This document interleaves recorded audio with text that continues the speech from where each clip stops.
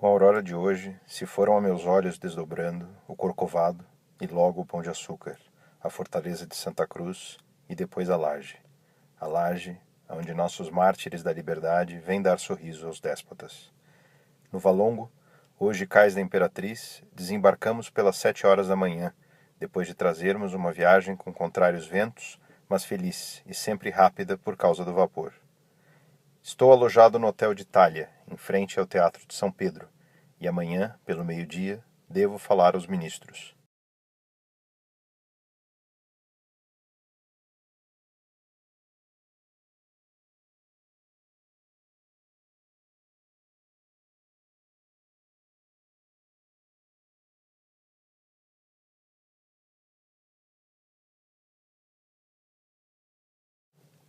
Ontem falei ao ministro Coelho da Guerra e ao Torres do Império.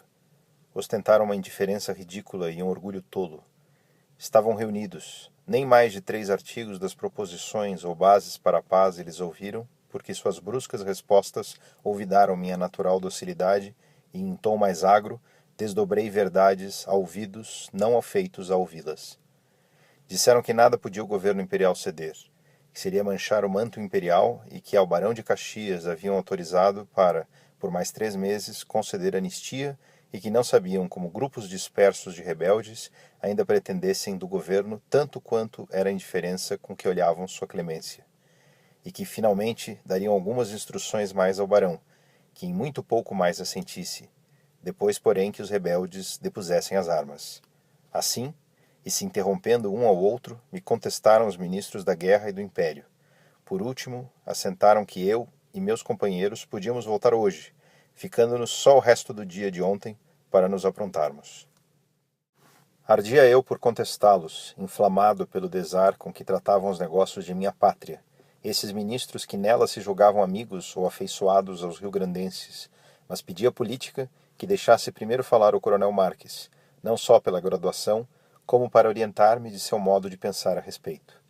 Correram alguns minutos, e ele, nada dizendo, tomei a palavra e disse: E pois que vossas excelências ou o governo imperial, fazendo-se desconhecidos do verdadeiro estado do Rio Grande, da força que ainda tem e pode ter o governo que aqui me mandou, da eficaz e oferecida cooperação estrangeira, querem só guerra e guerra de extermínio, o Brasil com luto o sentirá e nós sucumbiremos, mas nosso rosto não levarão ao túmulo o cunho do envelhecimento. Não, que os rio-grandenses sabem morrer. Perdem vossas excelências o instante da glória de pacificadores do Rio Grande.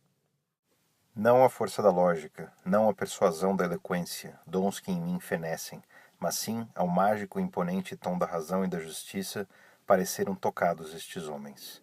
Sábios não, mas amestrados na corrupção da corte.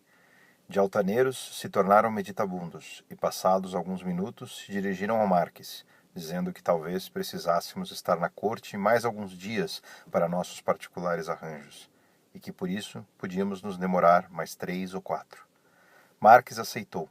Eu, porém, conhecendo o fim com que faziam essa proposição, agradeci de minha parte, dizendo que, julgando concluída minha missão, só precisava voltar ao Rio Grande. Isto, apesar de ser eu o mais empenhado pela demora, pois que dela, segundo tais homens, ia colher algum resultado.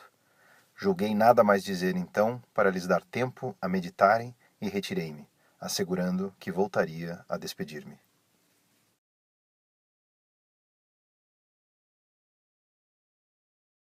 Tenho descoberto alguns homens sinceros, porém poucos, pouquíssimos. Estou avisado para uma conferência amanhã com os ministros. Veremos o que pretendem. Quanto ao imperador, é escusado falar-lhe. Estou certo, muito certo, que ele é um pobre menino, puxado sempre e sempre dirigido pelo enxame vil de vis-aduladores. Ele veio hoje à corte para dar-me beijo-à-mão. Recusei e continuarei a recusar enquanto não for brasileiro. Estive com o senador Lima e Silva, pai de Caxias. Continuo a frequentar sua casa porque é uma bela alma. É um desses astros que não se mancham na corrupção da corte e, a despeito dela, brilham sempre com radiante fulgor. Quanto às belezas da cidade, nada posso dizer, porque não tenho tido tempo para visitar os estabelecimentos públicos e só me ralam a alma e me amofinam os costumes morais e desprezíveis desta grande população. Do estrangeiro, aprenderam só o mal, esquecendo o bom. O luxo que ostentam os empregados públicos não pode manter-se com seu ordenado, ainda que duplicado fosse. Por isso, eles serão venais.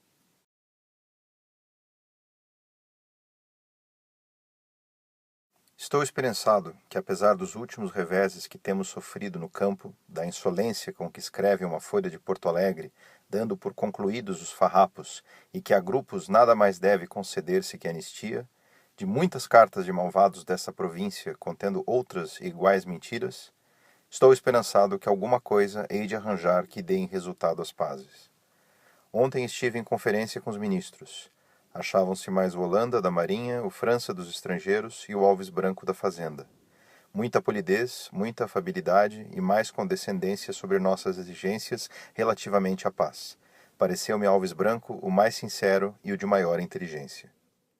Depois de alguns debates, ficaram de autorizar o barão, plenamente, para tratar da pacificação, cedendo já a todos os artigos que rezam minhas instruções, com a só exclusão de 2. E por esses 2, eu de bom grado fecharia aqui a pacificação, porém minhas instruções são escritas, e que se não o fossem, eu faria para que eles autorizassem plenamente ao barão, porque ele não é, como estes, venal, e tem mais força moral que eles e que o imperador. Tal está o Brasil. E como minhas instruções são restritas, não podendo por isso fechar aqui as condições de paz, continuo esforçando-me para que seja concedida ao barão a maior soma de atribuições que for possível, a fim de efetuá-la no Rio Grande.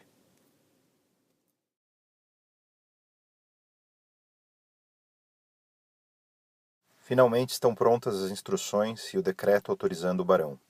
Contém as instruções mais ou menos o seguinte: reconhecimento de postos, exceto os dos generais, pagamento da dívida, liberdade dos escravos, etc. São as instruções que vi, pois, por via de um personagem estrangeiro, sou informado que vão outras com mais amplidão. E para tudo isto obter, quanto não foi preciso sofrer? Que bem da pátria moveu jamais a estes infelizes áulicos?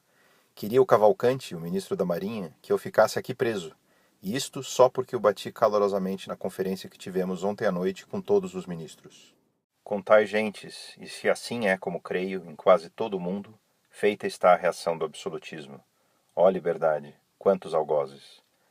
O modo de tornar isto efetivo é que são todas as grandes dificuldades. Confiar tudo à boa-fé e com precedentes que altamente gritam contra. Enfim, o céu nos ilumine para de semelhante caos sairmos.